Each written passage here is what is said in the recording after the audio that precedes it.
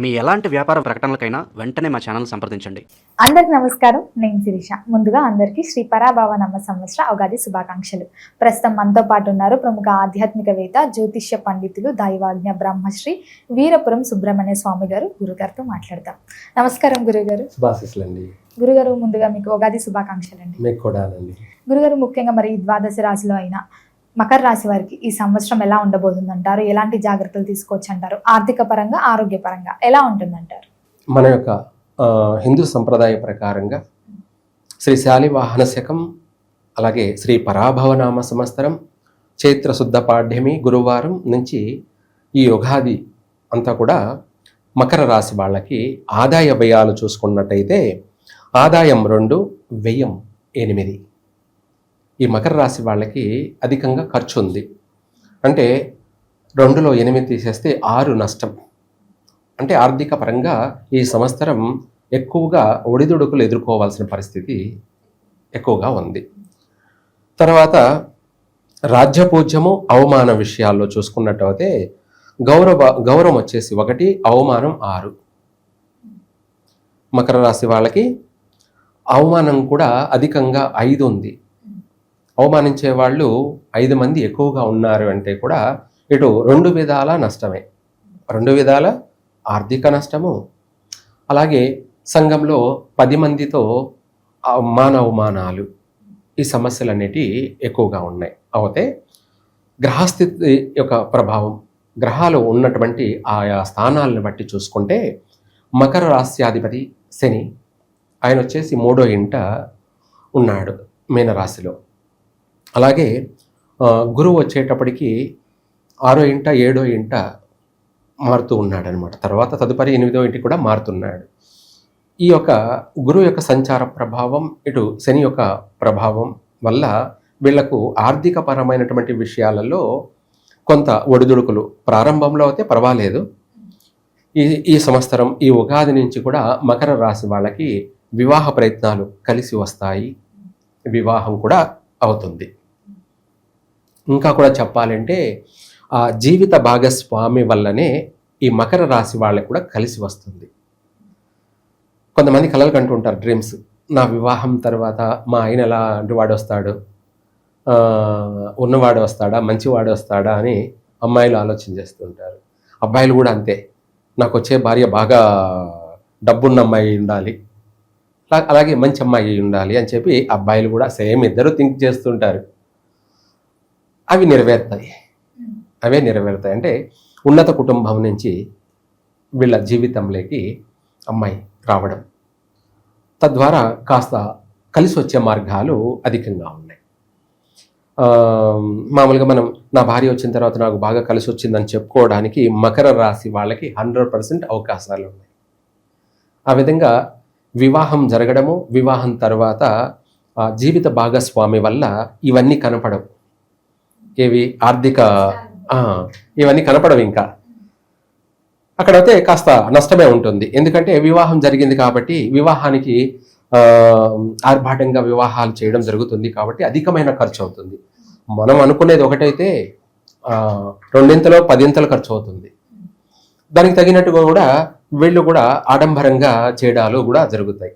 అదే ఆడంబరాలకు పోయి ఎక్కువగా అప్పులు చేసుకోవడం, ఇది కూడా ఒక నష్టమే అని చెప్పాలి. అదే కాకపోతే ఏంటంటే ఇక్కడ సంతోషంగా అందరూ ఉన్నారు కాబట్టి అది ఒక విధమైనటువంటి ఆరోగ్యం, ఆనంద నిలయం, అది కూడా శుభ పరిణామమే. ఇల్లంతా కూడా ఆనందంతో ఉండడం అనేది చెప్పుకోదగ్గ గొప్ప విషయం. ఆ విధంగా వివాహ ప్రయత్నాలు కలిసి వస్తాయి. జీవిత భాగస్వామి వల్ల కూడా కలిసి వస్తుంది. అభివృద్ధికి అవకాశాలు ఉన్నాయి. కొద్ది రోజులు బాగానే అభివృద్ధి ఉంటుంది. తర్వాత సంతాన విషయంలో కూడా బాగుంది. ఈ రాశి వారికి సంతాన సుఖం, శుభవార్తలు వింటారు. అలాగే నూతన గృహ నిర్మాణాలు కూడా చేపడతారు. అలాగే అమ్మడాలు, కొనడాలు, లావాదేవీలు కూడా పర్వాలేదు. వీటితో పాటు నూతన వ్యాపారాలు ప్రారంభం చేయడము. ఎక్కువగా ఈ రాశి వాళ్ళు ఐరన్ బిజినెస్కి సంబంధించి, ట్రావెల్స్ బిజినెస్కి సంబంధించిన వాటిల్లో ఎక్కువగా నిమగ్నం అవుతారు. అయితే వాటిల్లో పెద్దగా లాభాలు ఏమీ లేవు. ఈ యొక్క ట్రావెల్స్ బిజినెస్ చెప్పచ్చు, ఐరన్ బిజినెస్ అని చెప్పచ్చు. వీటిల్లో మందకొడిగా లాభాలు మాత్రమే. ఇంకా చెప్పాలంటే వాహనాల వల్ల నష్టాలు జరిగే అవకాశం ఉంది కాబట్టి ఎక్కువగా నూతన వాహనాలు కొనకపోవడం చాలా మంచిది. ఈ సంవత్సరం కొని ప్రమాదాలు కొని తెచ్చుకోవడం కన్నా కాస్త వాటికి ఈ సంవత్సరం దూరంగా ఉండడం మంచిది. ఎప్పటికీ అంటే ఎప్పటికీ కాదు, తర్వాత మనం ఏదైనా చేయవచ్చు. ప్రస్తుతానికి కలిసి వచ్చే అవకాశాలు కనపడడం లేదు. వాహన ప్రమాదాలు, వాహనాల వల్ల నష్టాలు అధికంగా కనపడుతున్నాయి. ఏ వ్యాపారం చేయాలి, ఏ వ్యాపారం చేయకూడదు, ఏది చేస్తే కలిసి వస్తుంది అనేది కూడా మనము తెలుసుకొని చేయడం మంచిది. ఎందుకు తెలుసుకోవాలి అంటే మనం బాగుపడడానికి అది ఉపయోగపడుతుంది. తెలుసుకోకుండా ఏది పడితే ఏదంటే అది చేసామనుకోండి, ఆర్థికంగా నష్టపోయినా పర్వాలేదు, మనమే లేకుండా పోకూడదు. ఆ చేసే వ్యాపారం వల్ల మనమే కోల్పోకూడదు, అంటే మన ప్రాణాన్ని మనం కోల్పోకూడదు. ఎన్ని ఉన్నా ఎప్పుడూ ఒకలాగా ఉండదు. కొద్ది రోజులు వెన్నెల, కొద్ది రోజులు చీకటి అన్నది అందరికీ జగమెరిగిన సత్యమే. కొద్ది రోజులు బాగుంటుంది, కొద్ది రోజులు బాగుండదు. ఆ విధంగా చూసుకుంటే మనకిప్పుడు నష్టాలు అనేది మనం మన ప్రాణాలను కోల్పోయే అంతటి నష్టాలు కొని తెచ్చుకోకూడదు.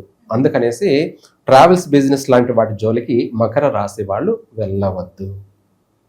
మిగతా ఏదైనా సరే వ్యాపారాలు చేసుకోవచ్చు, బాగుంటుంది, కలిసి వస్తుంది కూడాను. తర్వాత విద్యార్థులకి కూడా ఈ సంవత్సరం వీళ్ళు పాస్ అవుతారు. ఎందుకంటే ఈ ప్రారంభం అంతా కూడా బాగానే ఉంది కాబట్టి విద్యార్థులు బాగా మంచి మార్కులతోటి పాస్ అవ్వడము, ఉన్నత చదువులకు వెళ్ళడము, ఆ పై చదువుల కోసం కూడా విదేశాలకు వెళ్ళి స్థిరపడము. వీళ్ళకు కూడా ఎక్కువ శాతం అన్ని రాసుల వాళ్ళకి కూడా విదేశాలకు వెళ్ళే యోగం అయితే ఉంది. ఒకవేళ విదేశాలకు వెళ్ళకపోయినా స్వదేశంలోనే వేరే వేరే రాష్ట్రాల్లో కూడా వెళ్ళి చదువుకోవడం అనేది జరుగుతుంది. ఇతర రాష్ట్రాలకు పోయినా కూడా అది స్థానచలనమే, అది ఒక విదేశమైన అని అర్థం.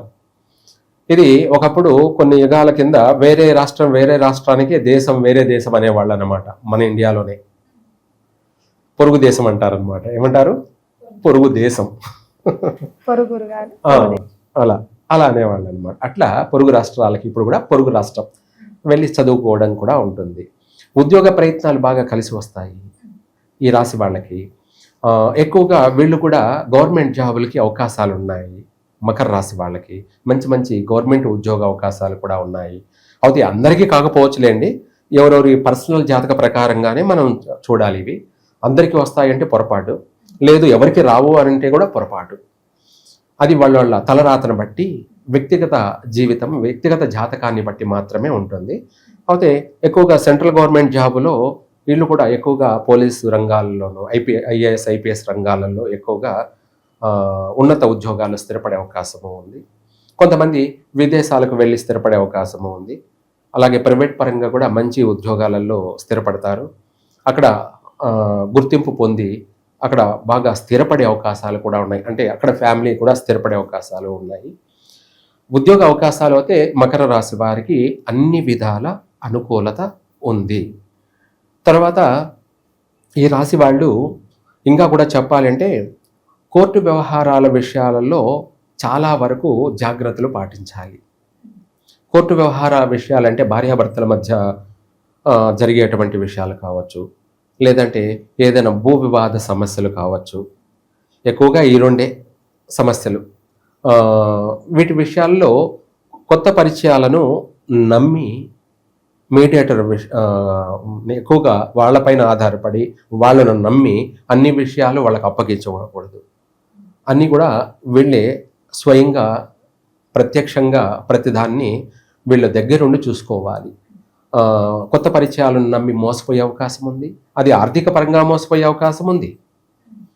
మళ్ళీ మాట పరంగా కూడా మనము వాళ్ళతో అవమానాలు, నిందలు పడే అవకాశం ఉంది.